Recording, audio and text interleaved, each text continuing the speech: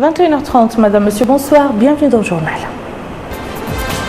Le ministre de l'Hydraulique et de l'Assainissement procède à l'inauguration du projet de renforcement des infrastructures d'eau potable à l'Exaïba 1.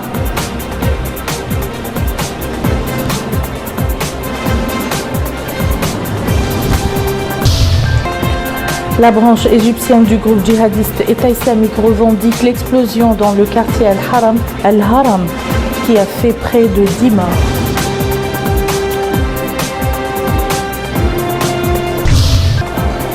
Au moins 20 morts et 40 blessés dans l'attaque d'un restaurant du front de mer de Mogadiscio en Somalie. Nous vous le disions dans les titres, le ministre de l'Hydraulique et de l'Assainissement, Brahim Moulembarkoul Mohamed El Mokhtar, a procédé cet après-midi à l'Exaïba 1 à l'inauguration du projet de renforcement des infrastructures d'eau potable. Ce projet est le fruit de la coopération entre la République islamique de Mauritanie et la Banque africaine de développement dans l'enveloppe financière est de 5 milliards de guillas. La cérémonie d'inauguration s'est déroulée en présence du Wali du Gorgol, des élus locaux et des principaux acteurs de la société civile. Mohamed Zamzam. L'inauguration aujourd'hui des travaux de renforcement des infrastructures d'eau potable au niveau de l'Exaïba 1 par le ministre de l'Hydraulique et de l'Assainissement, M. Brahim Moulembarkoul Mohamed El Mokhtar, s'inscrit dans le cadre d'un vaste projet initié par le département de l'Hydraulique et de l'Assainissement au niveau de quelques wilayas du pays.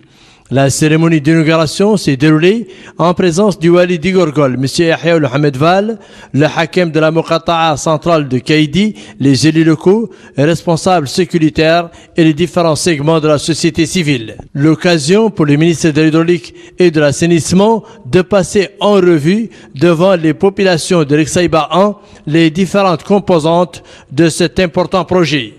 De nature à régler les problèmes d'eau qui se posent avec acuité dans ces zones, avant de préciser que le projet est le fruit de partenariats entre la Mauritanie et la Banque africaine de développement, qu'il a salué au passage.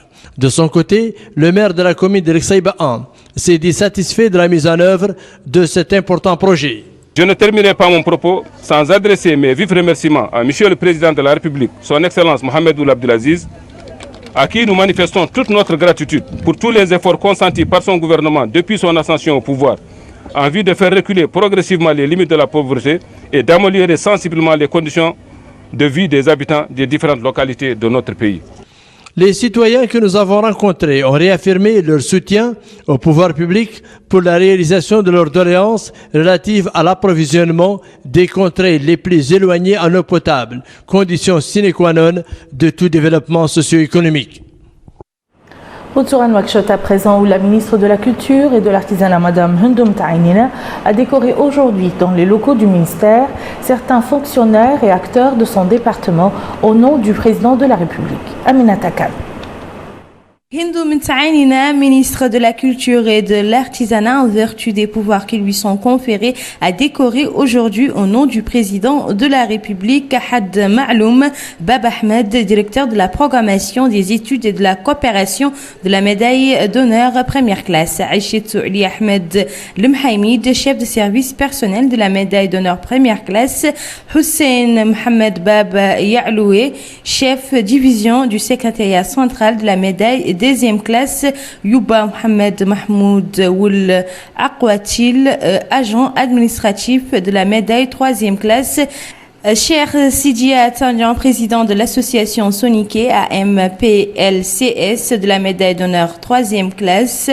Après la cérémonie de décoration, la ministre a pris la photo de famille en présence de la secrétaire générale du ministère de la Culture et de l'Artisanat.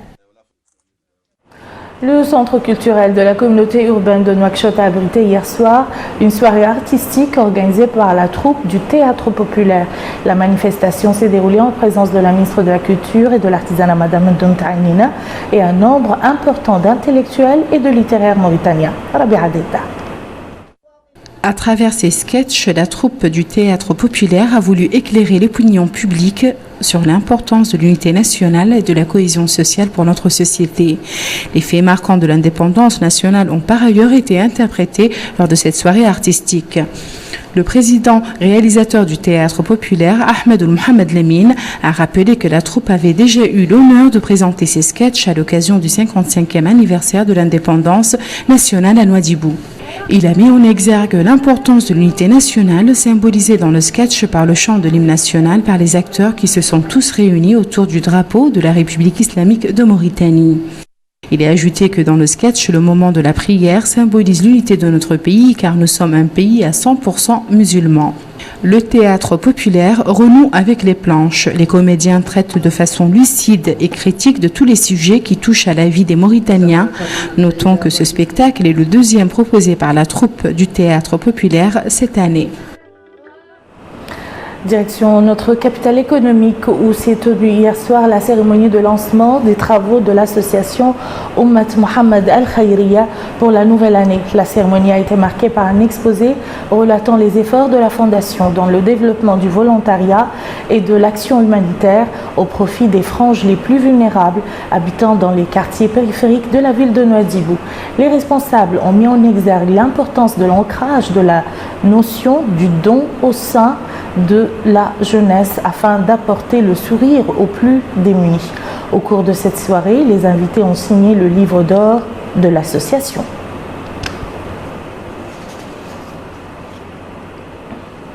Bonne nouvelle, l'équipe médicale composée de cardiologues nationaux et étrangers ont opéré aujourd'hui leur dernier patient.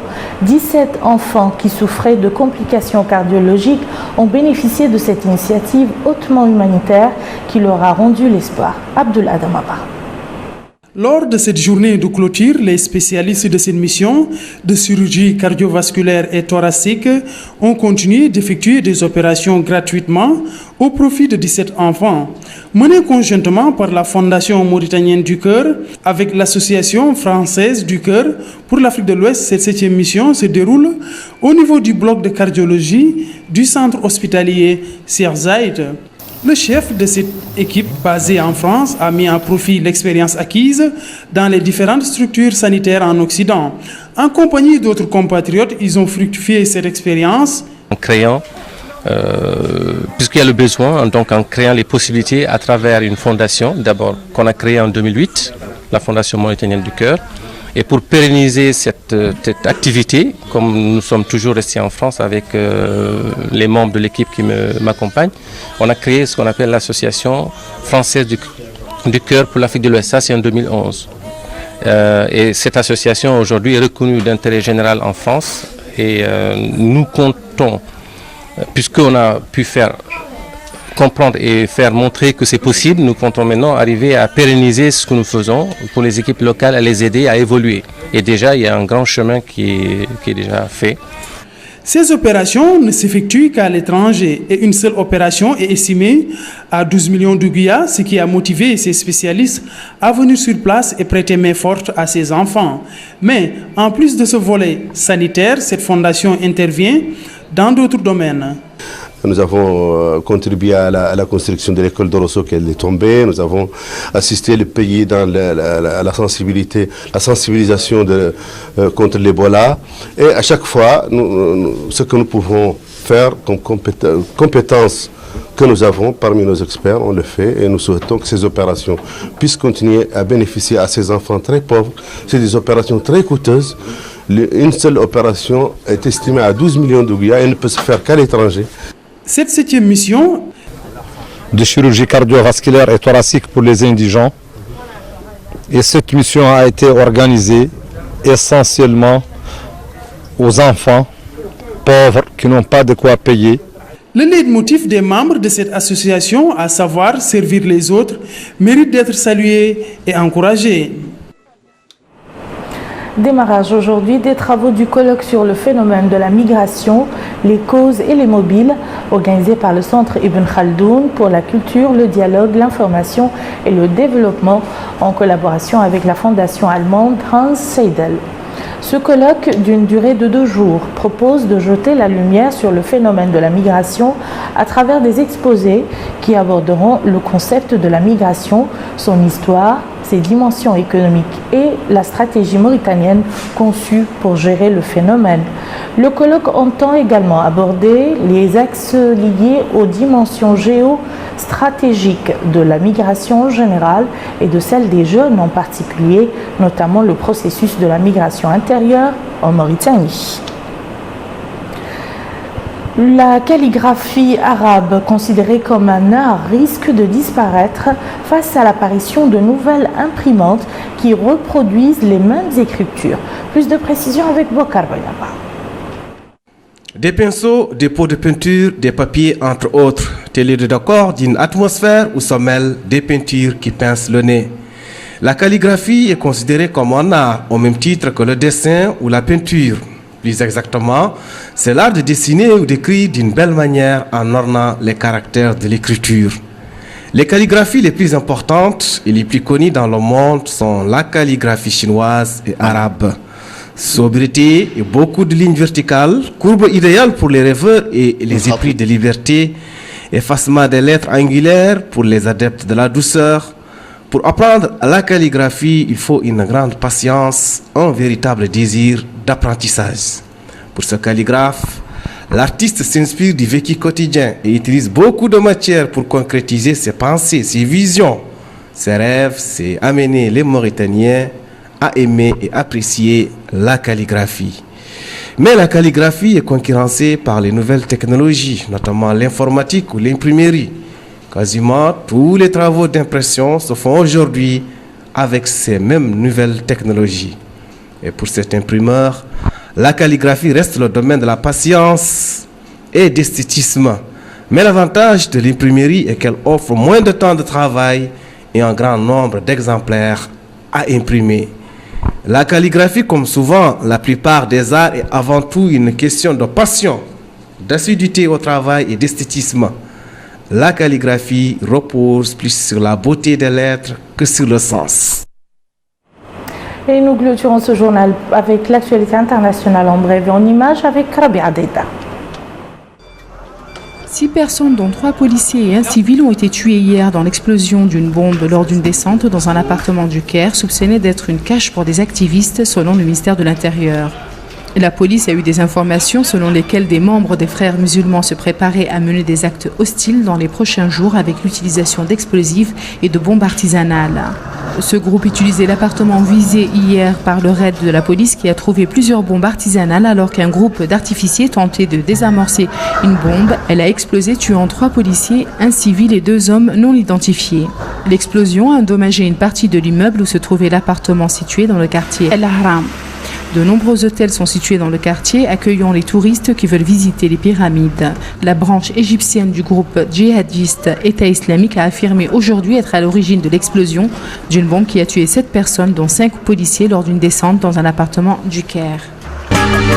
Au moins 20 personnes ont été tuées hier soir dans l'attaque d'un restaurant du front de mer de Mogadiscio revendiqué par les islamistes Chebab, qui s'étaient emparés une semaine auparavant d'une base militaire kenyane du sud de la Somalie, causant de nombreuses pertes dans les rangs de la force africaine. Les Chebab affiliés à Al-Qaïda ont revendiqué l'attaque menée par 5 de leurs combattants, dont 4 ont été tués et le dernier capturé par les forces de sécurité qui ont donné l'assaut. L'hiver arrive tardivement mais à grand fracas dans l'est des États-Unis. La tempête Jonas devrait déverser aujourd'hui et demain jusqu'à 60 cm de neige par endroit. En particulier sur Washington, du jamais vu en près d'un siècle, avec des vents soufflant jusqu'à 90 km/h. Des mises en garde ont été adressées à une quinzaine d'États, depuis la façade atlantique entre New York et la Caroline du Sud jusqu'à l'Arkansas dans le centre. Environ 70 millions de personnes sont sur le passage de Jonas. Le cœur du blizzard devrait générer jusqu'à 60 cm de neige par endroit, en particulier dans la capitale fédérale et des agglomérations comme Baltimore et peut-être Philadelphie. Et voilà qui met fin à ce journal. Je vous en rappelle les principales informations. Le ministre de l'Hydraulique et de l'Assainissement procède à l'inauguration du projet de renforcement des infrastructures d'eau potable à l'Uxaïba 1.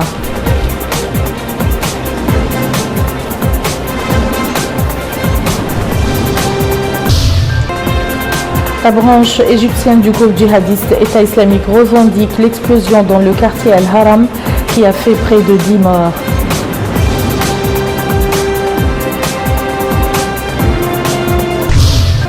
et au moins 20 morts et 40 blessés dans l'attaque d'un restaurant du front de mer de Mogadiscio en Somalie. Merci Madame, Monsieur de nous avoir suivis. Passez un excellent week-end et à très bientôt, Inch'Allah.